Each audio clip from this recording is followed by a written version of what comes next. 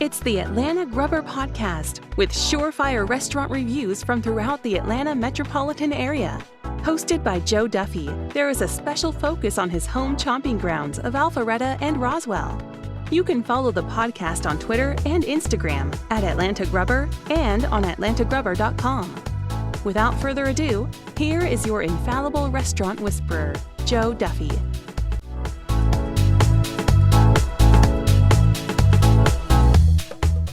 Here we are. It is episode 5 of the Atlanta Grubber Restaurant Podcast. We are brought to you in no small part due to OffshoreInsiders.com for the best sports picks and vetted sportsbooks. It's OffshoreInsiders.com. In honor of Black History Month, I'm going to focus on some of my favorite Black-owned restaurants, and there are quite a few out there. Now, of course, my policy is obviously I'm only going to recommend restaurants I've been to, so although a large percentage of these are in my stomping grounds of Alpharetta Creek, we got a couple that are ITP, and arguably my favorite is inside the perimeter, although started outside the perimeter. Big Dave's Cheesesteaks at 57th Forsyth Street, Northwest Atlanta, and just opened up his second location at 6035 Peachtree Road in Doraville. Now, you might argue that he kind of reopened his first location. However you want to say it, he's got 2 locations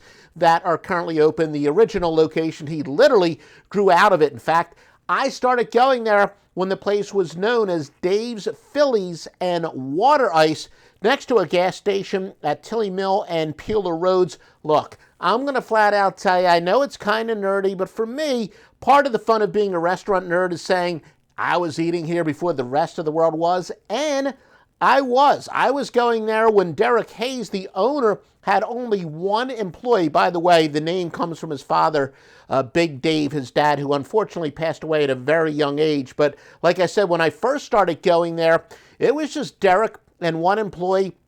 Never had to wait in line, and so yeah, I was very early on this bandwagon. In fact, I know a lot of you might say that Brad Kaplan of Creative Loafing put it on the map. Why don't you ask Brad where he heard this from? And then shortly thereafter, I did have them on Scoop OTP for my best OTP sandwiches, the cheesesteaks. He eventually did change the name to Big Dave's, which was really a good move for a couple of reasons. First of all, Derek is the first guy from the Delaware Valley who would ever call a cheesesteak a Philly.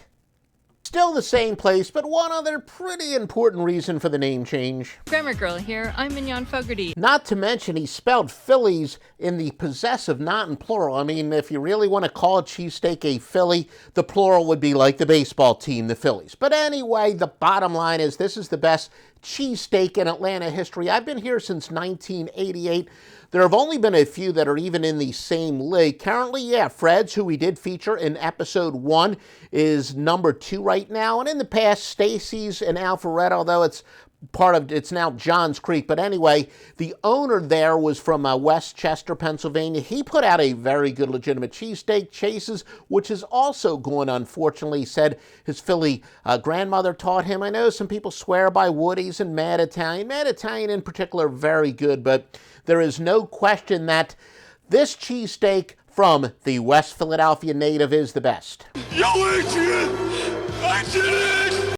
That would be South Philly. I said West Philadelphia.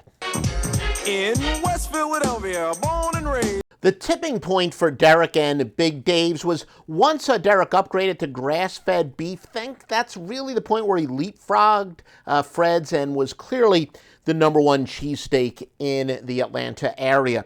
I also like the cheesesteak egg rolls, kind of self-explanatory. He does both cheesesteak and chicken cheesesteaks. One of these days I'm going to have to try his newest entrant where he does a salmon cheesesteak. I can't say I've ever seen that on a menu in the Delaware Valley, but I will definitely give it a shot. Do not sleep on these wings. They're probably one of my top 5. Daniel Burr-Rapavong, who is the most prolific Atlanta Yelper ever, said they're his number 1 favorite. Now, I'm not going to ever argue with Daniel. There aren't a lot of people out there who eat out more often than I do, but Daniel does, and Daniel's somebody whose opinion should be taken very seriously. Whether or not I agree with them 100% that they're my number one wings, Chase is the place that I just mentioned. They closed, unfortunately. They were my number one, but Chase came from Clay's, which at this point would be my number one. But anyway, bottom line is Big Dave's wings are probably in the top 5. And I'm ashamed to say this.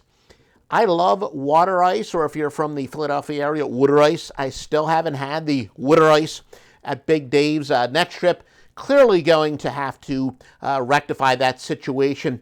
Now, originally when I talked to Derek, he had plans to move across the street from his original location and add hoagies to the menu, which would have been tremendous. But look, the guy has lines out the door, so there's not really any need to complicate things right now and add hoagies to the menu, but who knows what the future holds. Bottom line is, best cheesesteak in the history of this city, some of the best wings as well, and I'd better try that water ice next trip.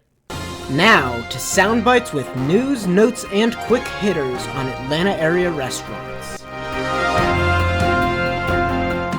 And on the Quick Hitters segment, we will continue talking about some of my favorite Black-owned restaurants for Black History Month. We're going to hit Roswell, Peachtree Corners, Norcross, Johns Creek, Lawrenceville, back to Atlanta, and a tremendous food truck.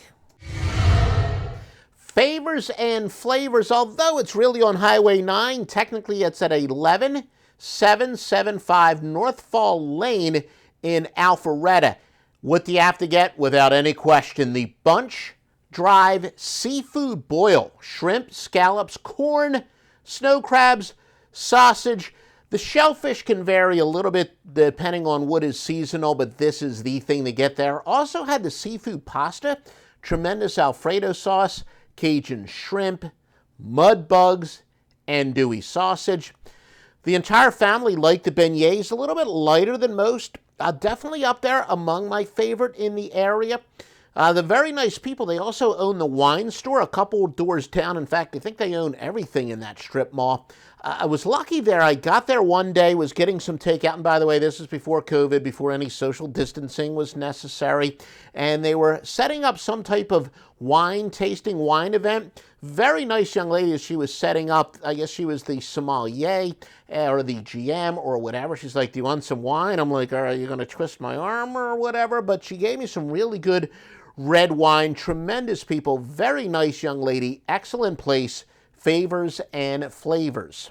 DuffyGifts.com offers the finest My 31 gifts, such as purses, jewelry, organizers, storage bins, and so much more. These gifts are perfect for graduates, weddings, and any occasion, whether it's for him or for her. For the most thoughtful gifts, check out Stephanie Duffy at DuffyGifts.com.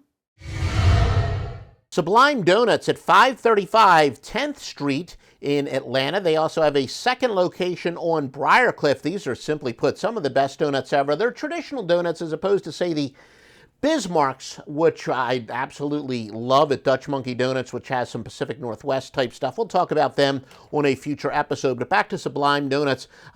Really gotten just about everything here. Always get a good variety. I've had several dozen over the years. I guess if I had a single one out, the Heath Bar is great, but it's really as much whatever you prefer. All these donuts are tremendous, and they've been internationally, well, I don't know about internationally, they have gotten some national recognition, and rightfully so. The lines are long. Sublime Donuts. Blaxican Food Truck, a little disappointed. They used to have a takeout-only location near me. Used to go there often. All their tacos are very good, but they also top a lot of lists when it comes to the best food trucks in the area, and we included them in a Scoop OTP list. I think the first article I ever wrote for a Scoop OTP many years, but again, catch the Blaxican Food Truck if they're anywhere near you. Cafe Sunghai at 3380 Holcomb Bridge Road in Peachtree Corners. It's right where Holcomb Bridge Road and Jimmy Carter kind of split, and then you got a bear left if you're headed east to stay on Holcomb Bridge Road. Anyway, Ghana and Nigerian food mostly. Look, I love trying stuff I rarely see on menus, and certainly at Cafe Sunghai I can get plenty of that. First time I went there, marinated spicy fried gizzards with beef jollof rice. They have a lot of goat dishes for those of you who, like me, are very adventurous. Some of you might remember this if you've been around a long time as the old High Life location. It's a fairly upscale place, so if you're looking for a date, it's too bad. One of the few things on earth I'm not a big fan of is peanut butter, but they have peanut butter soup. That would certainly qualify as something you don't see on the menu very often, but Cafe Songhai, very good option. Ethiopics Cafe and Restaurant at 130 State Bridge Road in Johns Creek. Appropriately enough, Ethiopian. So yeah, my part of town is starting to get a lot more African food options. Got the lamb tips, which were very good. Some cabbage, really good side of that. Talk about another place that's really fancy inside. I hope they get on the other side of this disaster that we got going on, the economic shutdown, and where we don't have to socially distance anymore. This is a really fancy place inside, though they opened a few months ago during the economic shutdown. So if they can get on the other side of this, another really great place to impress a date. Higher end, fancy pants, Ethiopian food at Ethiopics Cafe and Restaurant. Big Oak Tavern at 1090 Alpharetta Street in Roswell, Georgia. We did try them once. Everything we had was very good. They had these specialty chicken wings that I would definitely recommend. Truthfully, I've only found out the last 48 hours via Atlanta Eats. Apparently, they have soul food nights on Sunday and Monday. So I will definitely have to check that out. And they won my heart over. They had their 1-year anniversary, and they decided to choose the Star House as a beneficiary. You know how much I love the Star House at starhousefoundation.org. They do great work for children who really need the academic help. But anyway, Big Oak Tavern, I will definitely have to get back there, especially on a Sunday or a Monday night. Make sure you listen to episode 3. Well, truthfully, make sure you listen to every single episode. But we talked about cool runnings at 5450 Peachtree Parkway in Norcross, but we'll mention them again for the purpose of this topic of black-owned restaurants, but an outstanding Jamaican restaurant. Cool runnings! Actually, a couple other restaurants in that shopping center we'll probably talk about in future episodes. Southern Classic Foods at 1570 Holcomb Bridge Road in Roswell. This is a relative newcomer. Enjoyed my smothered pork chops, collard greens, mac and cheese, and fried corn on my initial visit. My son also liked a vegetarian dish that he got. As I said, he's a vegetarian but does have pretty good taste in food. At Scott Long, follow Scott Long on Twitter at Scott Long. He is a huge fan of this place and has raved about quite a few dishes. I know he's been there sundry times. Who's Got Soul at 1099 Harrington Drive in Lawrenceville, Georgia. I used to live near there when they opened up, maybe 6 months, maybe 9 months, roughly a year before I moved, and that was like 18 years ago, and they are still around. Now, disclaimer, the truth is I haven't been there since I moved. Like I said, it's been about 18 years, but I went at least 6, 10, maybe a dozen times when they did open up. Tremendous fried yardbird. Yeah, I was always comparing everything to Deacon Burton's because when I worked in Midtown, we used to drive down to the Great Deacon Burton's way back in the day. Now, nobody is going to be as good as the Great Deacon, but really loved Who's Got Soul. Have to be honest with you, not even certain if it's the same ownership, but if it's the same quality, they definitely got my recommendation. You know what? Maybe I need to make my first appearance there in about 18 years, but the place was definitely excellent. Now, I do want to make it perfectly clear, all the preceding restaurants that were mentioned are all black-owned. We still got more on this episode, but they're not necessarily black-owned places, but every place that we had mentioned up until this point is a black-owned restaurant. Congratulations to Talk of the Town Catering, which has added Hope Noodleman, the absolute best in the business, bar none, as one of their catering salespeople. Reach her at 770-594-1567. Make sure you ask for Hope. She is the best. We've dealt with her for years. Came from the Ritz-Carlton, a couple other places. You can also reach her at Hope at TOTTATL.com. That's Hope, at TOTTATL.com, as in Talk of the Town. Atlanta, the best in the business. Make sure you visit atlantagrubber.com. I'll put that contact information in the show notes. And like I said, although the segment for Black-owned restaurants has concluded, we got a lot of other tremendous restaurants to talk about. Wound up getting a surprise delivery from Glide Pizza at 660 Irwin Street in Atlanta, just off of the Beltline in the original 04W, so they have some big shoes to fill. By the way, listen to episode 3 for a complete review of 04W Pizza, which is now located in Duluth. Now, as far as Glide is concerned, very thin crust. This is definitely extremely good. I heard from a lot of different people that this is kind of the new hot thing in Atlanta. Interestingly enough, it's served with Pizza Ranch. Now, when I first moved to Atlanta, 1988, there was this young girl from Mississippi. In fact, she was a cheerleader at Southern Miss, and she says to us, "Why don't pizzerias around here serve their pizza with ranch dressing?" I'm like, what? In fact, I think everybody in our small office was saying, what the actual bleep are you talking about? She was saying, look, every single pizza place in Mississippi, including in chains, they will serve with Pizza Ranch on the side. Then I did some Googling. Apparently, this is also pretty popular in the Midwest. The ranch dressing is homemade.